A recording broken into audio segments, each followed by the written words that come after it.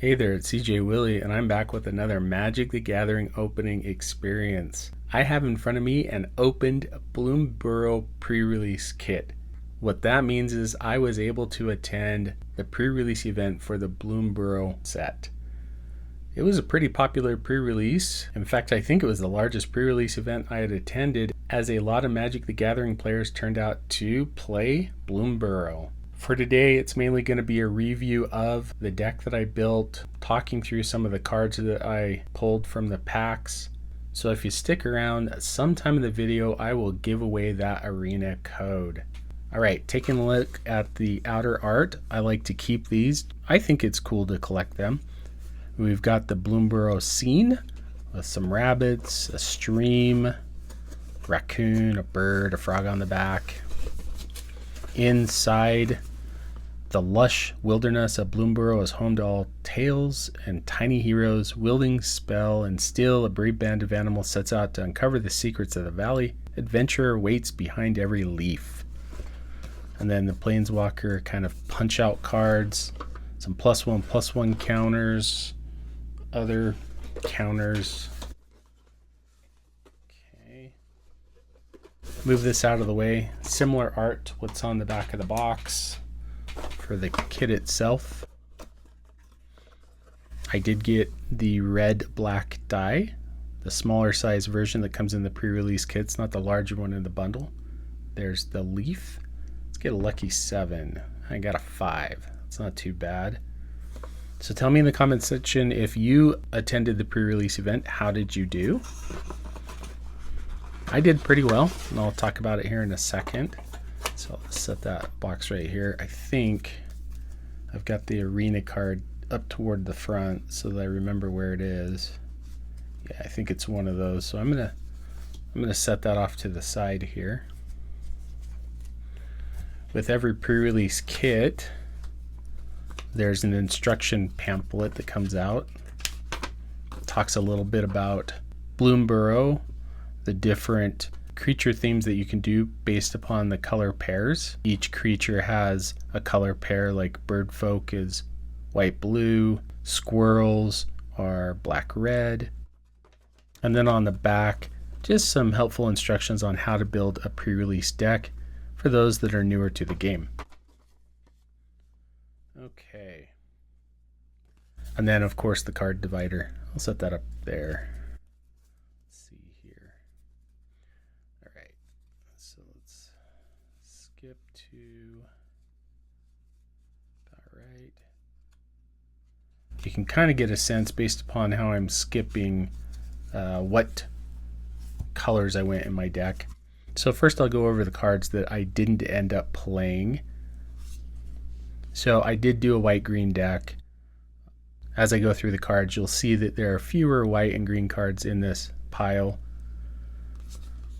Some of these I did sideboard in based upon the match, and a couple of them did pretty well, like Crumb and Get It and Parting Gust. I found myself giving a gift a lot more often than I thought that I would. For blue, I didn't have much in the way of creatures.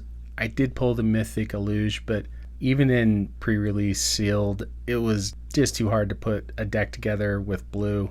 And blue was weaker, admittedly so, which was a bummer because I really like playing blue. I did get a Mockingbird, and I really thought about finding a way to splash Mockingbird. Just didn't make sense with what I did have in green and white, but definitely a card that I was very interested in. I had one other rare in blue, Thundertrap Trainer, as an otter wizard, but otters, I just didn't have enough blue and red to pull it together, and it is a weaker deck. For black, I really wanted to go black or green, and you'll see in a second. The problem was I ended up with maybe one squirrel in black and a couple of rats, but nothing that I could really patch together. As you're seeing me go through these cards in the comments section, if you see something maybe I missed and want to say, oh, you could have done a black-white deck or a blue-green frog deck, let me know.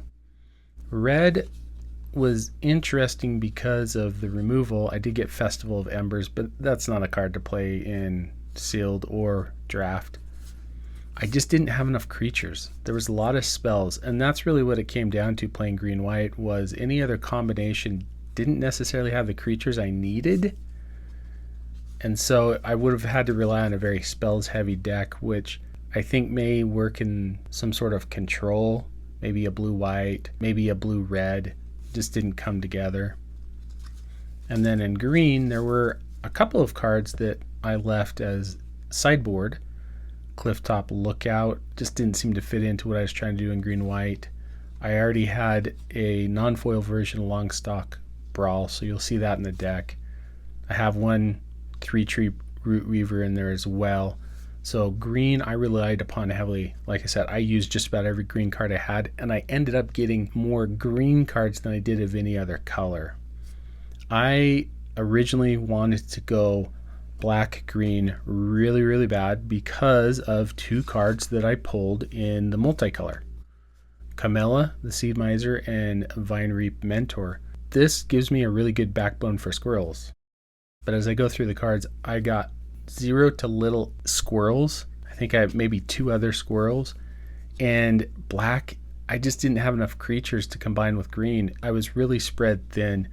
Cindering Cutthroat, Moonrise Cleric, Tempest Angler, Tricolor Mentor, Veteran Guard Mouse was one that I kind of debated upon using in my green-white deck, and I'll talk about that here in a second.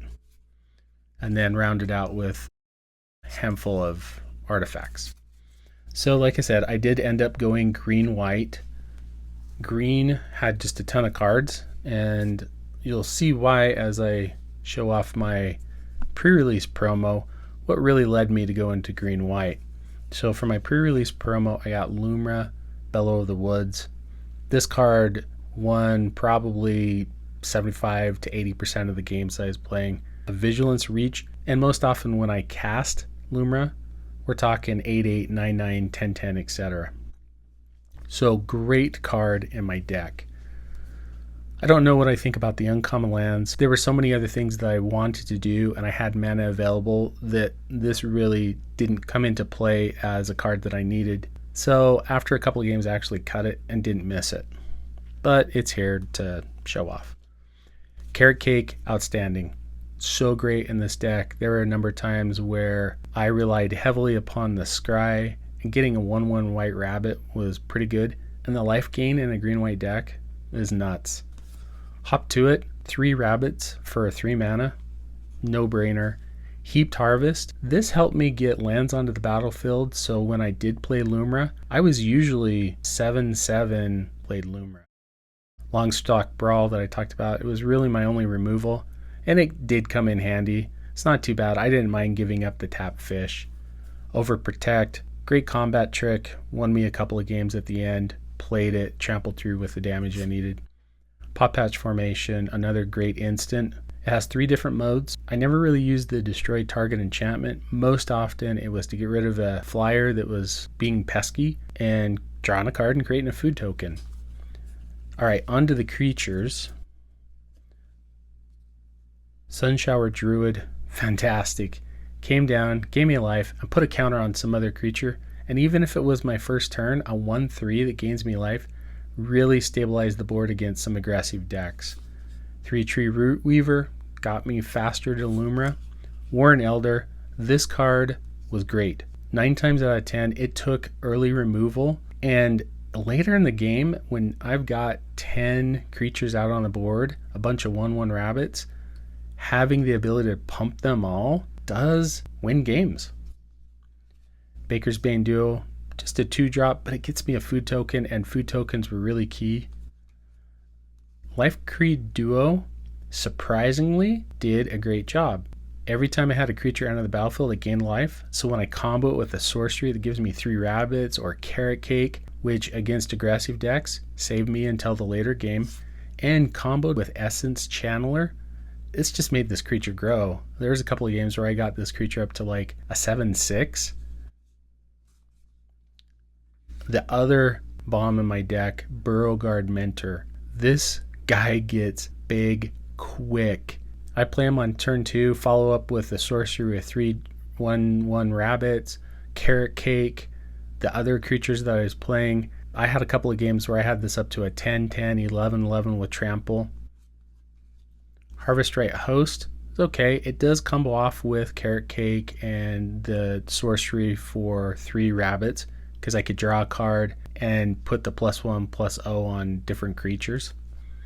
Intrepid Rabbit, I liked it. I'd always play it for 4 mana, get a 3/2 and a 1/1, and then give either 2 creatures +1/+1 until end of turn, or a single creature like a Trampler +2/+2 until end of turn. Druid of the Spade was always a 4/3 trample for 3. Always had tokens down there. This card also took out a lot of early creature removal, which protected my bigger creatures later in the game because my opponent didn't have any removal. Sticky Tongue Sentinel is a fantastic card to loop with carrot cake. Really like that. Treetop Sentries was in here just because 2/4 body does clog up the ground game until I can get into the bigger creatures. Waxwing Witness does combo off with the Life Creed duo. Every time a creature is entering, I was gaining life, so I could attack with a 3/4 Vigilant Flyer. Whiskervale Forerunner didn't really do much. I didn't have many, if any, targeting spells or abilities, and so I wasn't able to get the Valiant trigger. I think I got it once, and it didn't really pay out. I mainly played it because it was a rare.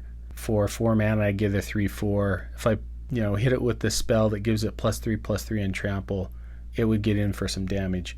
But ultimately, like I pointed out, the card that won me the games was Lumra, Bellow of the Woods. When it enters the battlefield, I mill 4 cards, and then every land that's in my graveyard I can put onto the battlefield tapped. There were a couple times where I milled 4 lands and had a land in my graveyard and put out 5 lands, which was really hard for my opponent to deal with.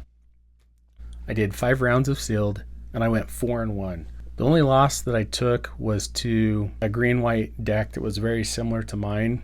That deck was lower to the ground, got out quicker, and I just stumbled on land a couple of times and stumbled on getting the right sequence of my creatures. But I will take a 4-1.